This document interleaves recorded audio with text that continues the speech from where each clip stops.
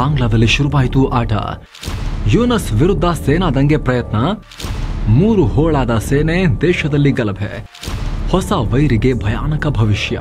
ನಮಸ್ಕಾರ ಸ್ನೇಹಿತರೆ. ವಕ್ರದೆಸೆ, ಲಿಟ್ರಲಿ ಬಾಂಗ್ಲಾ ನಾಯಕರಿಗೆ ವಕ್ರದೆಸೆ ಶುರುವಾಗೋ ರೀತಿ ಬೆಳವಣಿಗೆ ಆಗ್ತಾ ಇದೆ. ಯಾವ ಹಸಿನಾರನ್ನ ಓಡಿಸಿ ಅಲ್ಲಿನ ಮತಾಂತರ ಪಡೆ ದೇಶದ ಚುಕ್ಕಾಣಿ ಹಿಡಿದಿತ್ತೋ, ಯಾವ ಪ್ರಜಾಪ್ರಭುತ್ವದ ಹೆಸರಲ್ಲಿ ಅಲ್ಲಿನ ನಾಯಕರು ಅರಾಜಕತೆಯನ್ನ ಸೃಷ್ಟಿ ಮಾಡಿದ್ರೋ, ಅದೇ ಲೀಡರ್ಗಳ ಬುಡಕ್ಕೆ ಈಗ ಸೇನೆ ಬೆಂಕಿ ಹಾಕೋಕೆ ಹೊರಟಂಗೆ ಕಾಣಿಸ್ತಾ ಇದೆ. ದೇಶದಲ್ಲಿ ಗಲಭೆಗಳು ಸೃಷ್ಟಿಯಾಗಿ ಹಿಂಸಾಚಾರ ಹೆಚ್ಚಾಗ್ತಿದ್ದ ಹಾಗೆ ಬಾಂಗ್ಲಾ ಸೇನಾ ಮುಖ್ಯಸ್ಥ ವಕರುಜ್ಜಮಾನ್ ದೊಡ್ಡ ಹೇಳಿಕೆಯನ್ನ ಕೊಟ್ಟಿದ್ದಾರೆ. ಈಗಲೇ ಎಚ್ಚರಿಕೆ ಕೊಡ್ತಾ ಇದ್ದೀನಿ, ದೇಶಕ್ಕೆ ಅಪಾಯ ಇದೆ, ಕಾನೂನು ಸುವ್ಯವಸ್ಥೆ ಹಾಳಾಗ್ತಾ ಇದೆ ಅಂತ ಓಪನ್ ಸ್ಟೇಟ್ಮೆಂಟ್ ಕೊಟ್ಟಿದ್ದಾರೆ. ಅಲ್ಲದೆ ದೇಶ ಸುರಕ್ಷಿತರ ಕೈಯಲ್ಲಿ ಇರಬೇಕು, ಇಲ್ಲ ಅಂದ್ರೆ ಮತ್ತೆ ಹಳೇ ದಿನಗಳು ಬರಬಹುದು ಅಂತ ಎಚ್ಚರಿಕೆ ಕೊಟ್ಟಿದ್ದಾರೆ. ಈ ಮೂಲಕ ಯೂನಸ್ ಮತ್ತು ಸೇನೆ ನಡುವಿನ ಮುಸುಕಿನ ಗುದ್ದಾಟ ಬಾಂಗ್ಲಾದಲ್ಲಿ ಸೇನಾ ಆಡಳಿತ ಬರುವ ಹಂತಕ್ಕೆ ತಲುಪ್ತಾ ಇದೆ. ಹಾಗಿದ್ರೆ ಬಾಂಗ್ಲಾದಲ್ಲಿ ಆಗ್ತಿರೋ ಈ ಲೇಟೆಸ್ಟ್ ಡೆವಲಪ್ಮೆಂಟ್ಸ್ ಏನೇನು? ದೇಶ ಸೇಫ್ ಹ್ಯಾಂಡ್ಗಳ ಕೈಲಿ ಇರಬೇಕು ಅಂತ ಹೇಳಿದ್ರೆ ಆ ಸೇಫ್ ಹ್ಯಾಂಡ್ ಯಾರು? ಹಸೀನಾನಾ ಅಥವಾ ಸೇನೆನೇನಾ? ಸೇನಾ ಮುಖ್ಯಸ್ಥ ಆ ರೀತಿ ಹೇಳಿದ್ಯಾಕೆ? ಈ ಹೊಸ ಆಟದಲ್ಲಿರೋ ಆ ನಿಗೂಢ ಶಕ್ತಿ ಯಾವುದು? ಹಸೀನಾಗಾಗಿ ಸೇನೆನೇ 3 ಹೋಳಾಯ್ತಾ? ಬಾಂಗ್ಲಾ ಸೇನೆ 3 ಪೀಸ್ ಆಯ್ತಾ? ಬನ್ನಿ, ಬಾಂಗ್ಲಾದ ಈ ಎಂಡ್ ಗೇಮ್ ಆಟ ಯಾವ ರೀತಿ ಆಟ ಕಟ್ಕೊಳ್ತಾ ಇದೆ ಅನ್ನೋದನ್ನ ಈ ವಿಡಿಯೋದಲ್ಲಿ ನೋಡ್ತಾ ಹೋಗೋಣ. ಬಾಂಗ್ಲಾ ಅಟ್ ರಿಸ್ಕ್, ಮುಂದೆ ಆಗೋದಕ್ಕೆ ನಾನು ಹೊಣೆಯಲ್ಲ. ಎಸ್, ಬಾಂಗ್ಲಾ ಸೇನಾ ನಾಯಕ ವಕರುಜ್ಜಮಾನ್ ಅಲ್ಲಿನ ಪೊಲಿಟಿಷಿಯನ್ಸ್ಗೆ ಕೊಟ್ಟಿರೋ ಎಚ್ಚರಿಕೆ ಇದು. ಮಿಲಿಟರಿ ಕಾರ್ಯಕ್ರಮದಲ್ಲಿ ಮಾತನಾಡಿರೋ ಜಮಾನ್, ಬಾಂಗ್ಲಾ ತುಂಬಾ ಸಮಸ್ಯೆಗಳನ್ನ ಫೇಸ್ ಮಾಡ್ತಿದೆ, ಕಾನೂನು ಸುವ್ಯವಸ್ಥೆ ಹಾಳಾಗ್ತಾ ಇದೆ, ಇದು ಹೀಗೆ ಮುಂದುವರೆದ್ರೆ ದೇಶ ತುಂಬಾ ರಿಸ್ಕ್ಗೆ ಒಳಗಾಗತ್ತೆ. ನಾನು ಈಗಲೇ ಎಚ್ಚರಿಕೆ ಕೊಡ್ತಾ ಇದ್ದೀನಿ, ನಾಳೆ ನೀವು ನಾನೇನು ಹೇಳಲಿಲ್ಲ, ಮುಂಚೆ ವಾರ್ನಿಂಗ್ ಕೊಡಲಿಲ್ಲ ಅಂತ ನನ್ನ ಮೇಲೆ ಬ್ಲೇಮ್ ಮಾಡಬೇಡಿ. ದೇಶ ಅಪಾಯದಲ್ಲಿದೆ, ಬಾಹ್ಯ ಶಕ್ತಿಗಳು ಇದನ್ನು ಮಿಸ್ಯೂಸ್ ಮಾಡ್ಕೋಬಹುದು, ದೇಶದ ಸಮಗ್ರತೆಗೆ ಮತ್ತು ಸಾರ್ವಭೌಮತ್ವಕ್ಕೆ ಧಕ್ಕೆ ತರಬಹುದು. ಈಗಲೇ ಎಚ್ಚೆತ್ಕೊಳ್ಬೇಕು, ಇಲ್ಲ ನಾವು ಮತ್ತೆ ಅದೇ ಪರಿಸ್ಥಿತಿಗೆ, ಹಳೆ ಪರಿಸ್ಥಿತಿಗೆ ವಾಪಸ್ ಹೋಗ್ತೀವಿ ಅಂತ ಹೇಳಿದ್ದಾರೆ. ಅದೇ ಪರಿಸ್ಥಿತಿ ಅನ್ನೋ ಮೂಲಕ ದೇಶದಲ್ಲಿ ಸೇನಾ ದಂಗೆ ಆಗಬಹುದು, ಪ್ರಜಾಪ್ರಭುತ್ವ ಹೋಗಿ ಸೇನಾ ಆಡಳಿತ ಬರಬಹುದು ಅನ್ನೋ ರೀತಿಯಲ್ಲಿ ವಕರುಜ್ಜಮಾನ್ ವಾರ್ ಮಾಡಿದ್ದಾರೆ. ಇಲ್ಲಿ ವಕರುಜ್ಜಮಾನ್ ತಾವೇ ದಂಗೆ ಹೇಳ್ತಾರ ಅಥವಾ ಬಾಂಗ್ಲಾ ಸೇನೆಯಲ್ಲಿ ಬೇರೆ ಯಾರಾದರೂ ಲೆಕ್ಕ ಹಾಕ್ತಿದಾರಾ? ಅದ್ರ ಬಗ್ಗೆ ಸಾಕಷ್ಟು ಕ್ವಶನ್ಸ್ ಇವೆ, ಅದನ್ನ ಮುಂದೆ ನಾವು ನೋಡ್ತಾ ಹೋಗೋಣ. ಆದರೆ ದೇಶ ಸೇಫ್ ಹ್ಯಾಂಡ್ಸ್ ಅಲ್ಲಿ ಇರಬೇಕು, ಸುರಕ್ಷಿತ ಕೈಗಳಲ್ಲಿರಬೇಕು, ದೇಶದ ಹಿತದೃಷ್ಟಿ ಮುಖ್ಯ ಅಂತ ವಕರುಜ್ಜಮಾನ್ ಬಹಳ ಉಪದೇಶ ಮಾಡಿದ್ದಾರೆ. ಗಮನಿಸಬೇಕಾದ ಸಂಗತಿ ಅಂದರೆ, ಮೊನ್ನೆ ಬಾಂಗ್ಲಾ ವಾಯುನೆಲೆ ಮೇಲೆ ದಾಳಿ ಮಾಡಿದ ನಂತರ ಅವರಿಂದ ಈ ಮಾತು ಬಂದಿದೆ. ನಿಮ್ಗೆ ಗೊತ್ತಿರಲಿ, ಈ ವಾಯುನೆಲೆ ಮೇಲೆ ದಾಳಿ ಮಾಡಿದ್ಯಾರು, ಯಾಕೆ ಮಾಡಿದ್ರು, ಇದುವರೆಗೂ ಕ್ಲಿಯರ್ ಇಲ್ಲ. ರೋಹಿಂಗ್ಯಾಗಳು ಅಂತ ಕೆಲವರು, ಸ್ಥಳೀಯರೇ ಅಂತ ಇನ್ನೂ ಕೆಲವರು, ಜಾಗದ ಕಾರಣಕ್ಕಾಯಿತು ಗಲಾಟೆ ಅಂತ ಇನ್ನೂ ಕೆಲವರು ಕಾರಣ ಕೊಡ್ತಾ ಇದ್ದಾರೆ. ಆದರೆ ವಾಯುನೆಲೆಗೆ ಬಂದೂಕು ಹಿಡ್ಕೊಂಡು ನುಗ್ಗುವಷ್ಟು ತಯಾರಿ ನಡೆದಿದೆ ಅಂದರೆ ಇದರ ಹಿಂದೆ ಸಾಮಾನ್ಯ ಪ್ರತಿಭಟನಾಕಾರರಲ್ಲ, ದೊಡ್ಡ ಪ್ರಯತ್ನ ಇದೆ, ದೊಡ್ಡ ಪ್ಲಾನ್ ಇದೆ, ಕೈವಾಡ ಇದೆ ಇಲ್ಲಿ ಕಾಣದ ಕೈಗಳದು ಅನ್ನೋ ಅನುಮಾನ ತುಂಬ ಜನರಿಗಿದೆ.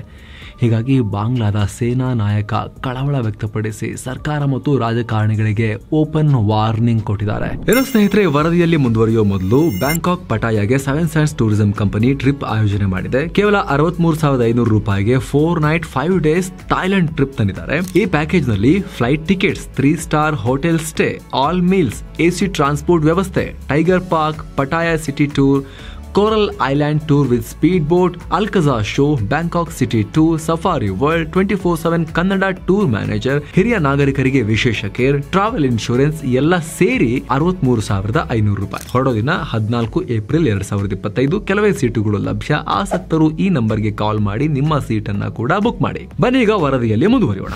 ಹಾಗಿದ್ರೆ ಸೇನಾ ಆಡಳಿತ ಬರುತ್ತಾ? ಇದು ಗೊತ್ತಾಗಬೇಕು ಅಂದರೆ ವಕರುಜ್ಜಮಾನ್ ಈ ರೀತಿ ರೊಚ್ಚಿಗೇಳೋಕೆ ಕಾರಣ ಏನು ಅಂತ ನಾವು ನೋಡ್ತಾ ಹೋಗಬೇಕು. ಸದ್ಯಕ್ಕೆ ಬಾಂಗ್ಲಾ ವಾಯುನೆಲೆ ದಾಳಿ ಅವರಿಗೆ ಭಯವನ್ನು ತಂದಿರಬಹುದು, ಆದರೆ ರಿಯಲ್ ಕಾರಣ ಬಾಂಗ್ಲಾದ ಒಳಗಿನ ಪರಿಸ್ಥಿತಿ. ಇದು ಸೇನೆಗೆ ಯೂನುಸ್ ಆಡಳಿತದ ಮೇಲೆ ಸಿಟ್ಟನ್ನು ಜಾಸ್ತಿ ಮಾಡ್ತಾ ಇದೆ. ಕಳೆದ 6 ತಿಂಗಳಿಂದ ಅಧಿಕಾರದಲ್ಲಿರೋ ಯೂನಸ್ ಮತ್ತವರ ಪಟಾಲಂ ಚುನಾವಣೆ ಮಾಡ್ತೀವಿ ಅಂತ ಹೇಳ್ತಾ ಇದ್ದಾರೆ ಹೊರತು ಅದಕ್ಕೆ ಯಾವುದೇ ದೊಡ್ಡ ಕ್ರಮ ತಗೋತಾ ಇಲ್ಲ. ಸಲಹೆಗಾರರೆಲ್ಲ ಪೈಜಾಮ ಕಳಚಿ ಸೂಟ್ ಬೂಟ್ ಹಾಕೊಂಡು ಇಂಟರ್ನ್ಯಾಷನಲ್ ಟ್ರಿಪ್ ಹೊಡಿತಾ ಇದ್ದಾರೆ. ಜೊತೆಗೆ ಇವರು ಯಾರಿಗೂ ಬಾಂಗ್ಲಾದ ನೀತಿ, ಬಾಂಗ್ಲಾದ ಇಂಟ್ರೆಸ್ಟ್ ಯಾವುದರ ಬಗ್ಗೆನೂ ಅನುಭವನೂ ಕಾಣ್ತಾ ಇಲ್ಲ. ಇವರ ಆಡಳಿತದ ಹುಟ್ಟು ಹೇಗಿದೆ ಅಂದರೆ ಒಂದು ಉದಾಹರಣೆ ಕೊಡ್ತೀವಿ ಕೇಳಿ. ಮೊನ್ನೆ ಪಾಕಿಸ್ತಾನದಿಂದ ಅಕ್ಕಿ ತರಿಸ್ಕೊಂಡು ಭಾರತಕ್ಕೆ ಚೆಕ್ಮೇಟ್ ಇಡ್ತೀವಿ ಅಂತ ಹೊರಟರು. ಇದು ಬಾಂಗ್ಲಾ ಹುಟ್ಟಿದ ನಂತರ ಪಾಕಿಸ್ತಾನ ಜೊತೆಗೆ ಅವರು ಮಾಡ್ತಿರೋ ಮೊದಲ ವ್ಯಾಪಾರ ಕೂಡ ಆಗಿತ್ತು. ಆದರೆ ಇದೇ ನಿರ್ಧಾರ ಅಲ್ಲಿನ ಜನರಿಗೆ ಬೆಲೆ ಏರಿಕೆಯ ಬರೆಯನ್ನು ಎಳಿತಾ ಇದೆ. ಯಾಕಂದರೆ ಪಾಕ್ ಅಕ್ಕಿ ಬೆಲೆಗೂ ಬಾಂಗ್ಲಾ ವಿಯೆಟ್ನಾಂನಿಂದ ತರಿಸ್ಕೊಳ್ಳೋ ಅದೇ ಅಕ್ಕಿ ಬೆಲೆಗೂ ದೊಡ್ಡ ಡಿಫ್ರೆನ್ಸ್ ಇದೆ. ವಿಯೆಟ್ನಾಂ ಅಕ್ಕಿಗೆ ಬಾಂಗ್ಲಾ 1 ಟನ್ಗೆ $474 ಕೊಡುತ್ತೆ. ಅದೇ ಅಕ್ಕಿಗೆ ಪಾಕಿಸ್ತಾನಕ್ಕೆ $499 ಪೇ ಮಾಡಬೇಕು. ಬಾಂಗ್ಲಾದ ಕಷ್ಟ ಕಾಲದಲ್ಲಿ ಮೈಕ್ರೋ ಫಿನಾನ್ಸ್ ಗೈ ಯೂನುಸ್ ಮಾಡ್ತಿರೋ ಆಡಳಿತ ಇದು ಬಾಂಗ್ಲಾದಲ್ಲಿ. ಇನ್ನು ಕಾನೂನು ಸುವ್ಯವಸ್ಥೆ ವಿಚಾರದಲ್ಲೂ ಸೇನೆಗೆ ಯೂನುಸ್ ಮೇಲೆ ಸಿಟ್ಟು ಬರ್ತಾ ಇದೆ. ಬಾಂಗ್ಲಾದಲ್ಲಿ ವಿಪರೀತ ಪ್ರಮಾಣದಲ್ಲಿ ಹಿಂದೂಗಳ ಮೇಲೆ ದಬ್ಬಾಳಿಕೆ ನಡೀತಾ ಇದೆ. ಇದು ಇಡೀ ಬಾಂಗ್ಲಾವನ್ನು ಡಿಸ್ಟೆಬಿಲೈಸ್ ಮಾಡ್ತಾ ಇದೆ. ಆ ಕಡೆ ಮಯನ್ಮಾರ್ ಗಡಿಯಲ್ಲಿ ಅರಕನ್ ಆರ್ಮಿ ಸ್ಟ್ರಾಂಗ್ ಆಗ್ತಾ ಇದೆ. ರೀಸೆಂಟ್ ಆಗಿ ಅವರು ಸಂಪೂರ್ಣವಾಗಿ ಮಯನ್ಮಾರ್ನ ರಖೈನ್ ಸ್ಟೇಟ್ ಅನ್ನ ಕಂಟ್ರೋಲಿಗೆ ತಗೊಂಡಿದ್ದಾರೆ. ಇದು ಮುಂದಿನ ದಿನಗಳಲ್ಲಿ ಬಾಂಗ್ಲಾದ ಒಳಗೆ ತಲ್ಲಣಕ್ಕೆ ಕಾರಣ ಆಗ್ಬೋದು. ಯಾಕಂದ್ರೆ ಇಷ್ಟು ದಿನ ರೋಹಿಂಗ್ಯಾ ವಲಸಿಗರು, ಉಗ್ರರು ಎಲ್ಲರೂ ಮಯನ್ಮಾರ್ನಿಂದ ಬಾಂಗ್ಲಾಗೆ ಕುಂಟೆಬಿಲ್ಲೆ ಆಡದಷ್ಟೇ ಈಸಿಯಾಗಿ ಹಾರ್ಕೊಂಡ್ ಬರ್ತಾ ಇದ್ರು. ಈಗ ಅರಕನ್ ಆರ್ಮಿ ಬಂದೂಕ್ ಹಿಡ್ಕೊಂಡು ಕೂತಿದೆ. ಇದರಿಂದ ಬಾಂಗ್ಲಾಗ್ ಬಂದು ಸೇರ್ಕೊಂಡಿರೋ ರೋಹಿಂಗ್ಯಾಗಳನ್ನು ವಾಪಸ್ ಅಟ್ಟೋಕೆ ಬಾಂಗ್ಲಾಗ್ ಸಾಧ್ಯ ಆಗ್ತಾ ಇಲ್ಲ. ಈ ನಡುವೆ ಬಾಂಗ್ಲಾದ ಸೇನೆ ವಿರುದ್ಧವೂ ಯೂನಸ್ ಮತ್ತು ಗ್ಯಾಂಗ್ ಪ್ರಹಾರ ಮಾಡ್ತಾ ಇದೆ. ಪಾರದರ್ಶಕತೆ, ಪ್ರಜಾಪ್ರಭುತ್ವದ ಹೆಸರಲ್ಲಿ ಚುನಾವಣೆಯಲ್ಲಿ ಸೇನೆ ಪ್ರಭಾವ ಕಮ್ಮಿ ಮಾಡೋಕೆ ಯೂನಸ್ ಪ್ರಯತ್ನ ಪಡ್ತಾ ಇದ್ದಾರೆ. ಪ್ರತಿಯಾಗಿ ಧಾರ್ಮಿಕ ಮೂಲಭೂತವಾದವನ್ನು ಹರಡಿ ಬಾಂಗ್ಲಾವನ್ನು ಸಂಪೂರ್ಣ ಇಸ್ಲಾಮಿಕ್ ಕಂಟ್ರಿ ಮಾಡೋಕೆ ತಯಾರಿ ನಡೀತಾ ಇದೆ. ಈ ಯಾವ ಬೆಳವಣಿಗೆಗಳು ಬಾಂಗ್ಲಾ ಸೇನೆಗೆ ಇಷ್ಟ ಆಗ್ತಾ ಇಲ್ಲ. ನಿಮಗೆ ಗೊತ್ತಿರಲಿ, ಬಾಂಗ್ಲಾದಲ್ಲಿ ಯಾವುದೇ ಸರ್ಕಾರ ಬಂದರೂ ಅಲ್ಲಿ ಸೇನೆ ಕೂಡ ಇಂಪಾರ್ಟೆಂಟ್ ರೋಲ್ ನಿಭಾಯಿಸುತ್ತೆ. ಬಾಂಗ್ಲಾದಲ್ಲಿನ ವ್ಯವಸ್ಥೆ ಸೇನೆಗೆ ದೊಡ್ಡ ಪವರ್ ಕೊಟ್ಟಿದೆ. ಇದೇ ಕಾರಣಕ್ಕೆ ಯಾರೇ ಪೊಲಿಟಿಷಿಯನ್ ಅಧಿಕಾರಕ್ಕೆ ಬಂದರೂ ಕೂಡ ಅವರು ತಮಗೆ ಬೇಕಾದವರನ್ನ ಮಾತ್ರ ಸೇನಾ ಮುಖ್ಯಸ್ಥರನ್ನಾಗಿ ಆಯ್ಕೆ ಮಾಡಿಕೊಳ್ತಾರೆ. ಮೊನ್ನೆ ಹಸೀನಾ ಈ ವಕರುಜ್ಜಮಾನ್ರನ್ನ ಕೂರಿಸಿ ಹೋಗೋಕ್ಕೂ ಇದೇ ಕಾರಣ. ವಕರ್ ಹಸೀನಾಗೆ ಮಿತ್ರ ಸಂಬಂಧಿ ಕೂಡ ಹೌದು. ಸೊ ದಶಕಗಳಿಂದಲೂ ಬಾಂಗ್ಲಾದ ರಾಜಕೀಯದಲ್ಲಿ ಸೇನೆಯ ಹಸ್ತಕ್ಷೇಪ ಇದೆ. ಇದನ್ನು ಧರ್ಮಗುರುಗಳ ಕೈಗಿಡೋಕೆ ಯೂನಸ್ ಪ್ರಯತ್ನ ಪಡ್ತಿದ್ದಾರೀಗ. ಹೀಗಾಗಿ ಬಾಂಗ್ಲಾ ಸೇನೆ ತನ್ನ ಪವರ್ ಉಳಿಸ್ಕೊಳ್ಳೋಕೆ ಈಗ ಅಖಾಡಕ್ಕಿಳಿಯುವ ಸಿಗ್ನಲ್ಸ್ ಕೊಡ್ತಾ ಇದೆ.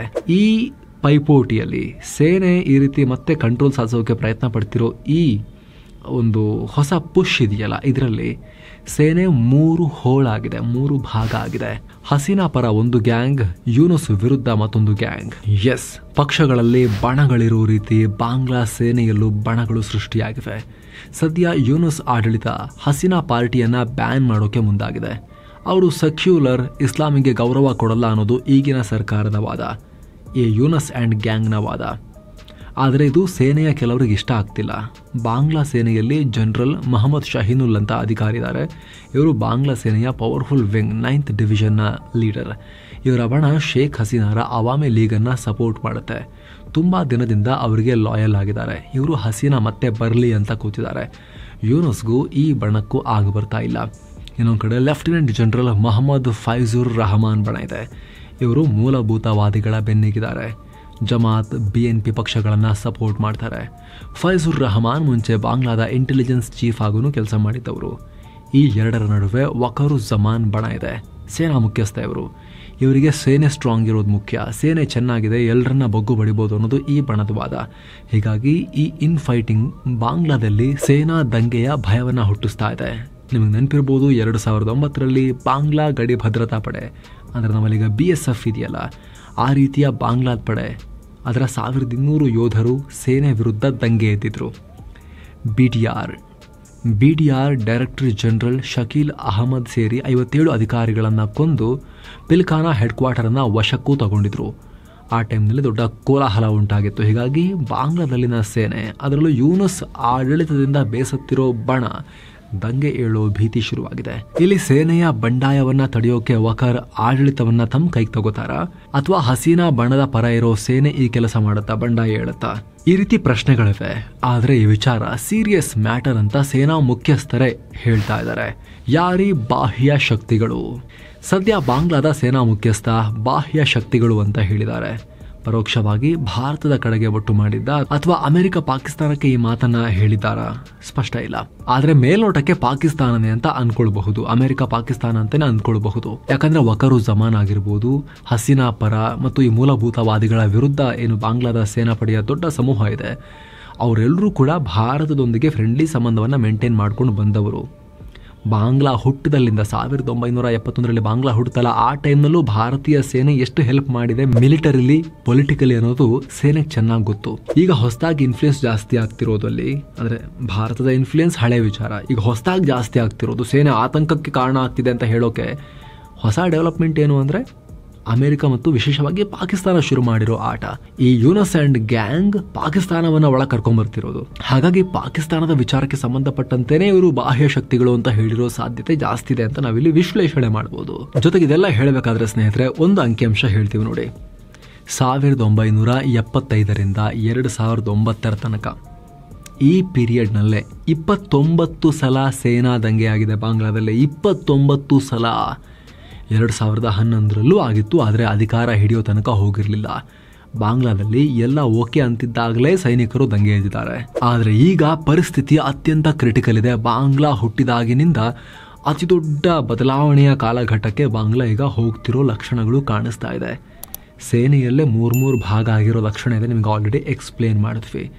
ಒಂದರ ಹಿಂದೊಂದು ಹಿಂಸಾಚಾರ ಬಾಂಗ್ಲಾದಾದ್ಯಂತ ನಡೀತಾ ಇದೆ. ಸೇನಾ ಮುಖ್ಯಸ್ಥ ಓಪನ್ ಆಗಿ ಹಳೆ ದಿನಗಳು ಬರ್ತಾ ಇದ್ದಾವೆ, ಹುಷಾರ್ ಅಂತ ಬೆದರಿಕೆ ಕೂಡ ಒಡ್ಡಿದ್ದಾರೆ, ವಾರ್ನಿಂಗ್ ಕೊಟ್ಟಿದ್ದಾರೆ ಪೊಲಿಟಿಷಿಯನ್ಸ್ಗೆ. ಹೀಗಾಗಿ ಜಗತ್ತು ಬಾಂಗ್ಲಾ ಕಡೆ ಕುತೂಹಲದ ಕಣ್ಣುಗಳಿಂದ ನೋಡ್ತಾ ಇದೆ. ಇದ್ದಕ್ಕಿದ್ದಂತೆ ಮಠ ಮಧ್ಯಾಹ್ನ ದೇಶ ಬಿಟ್ಟು ಹಾರಿ ಹೊರಗೆ ಬಂದ ಶೇಖ್ ಹಸೀನಾ ಅವರ ನಡೆ ಮುಂದೆ ಅನ್ನೋದ್ರ ಬಗ್ಗೆ ಕೂಡ ಕುತೂಹಲದ ಕಣ್ಣುಗಳಿಂದ ಜಗತ್ತು ನೋಡ್ತಾ ಇದೆ. Thank you so much. ನಿಮ್ಮ ಒಪಿನಿಯನ್ ಕಾಮೆಂಟ್ ಮಾಡಿ ತಿಳಿಸಿ. ಮತ್ತೆ ಭೇಟಿ ಆಗ್ತಿರೋಣ ಸ್ನೇಹಿತರೆ. ನಮಸ್ತೆ.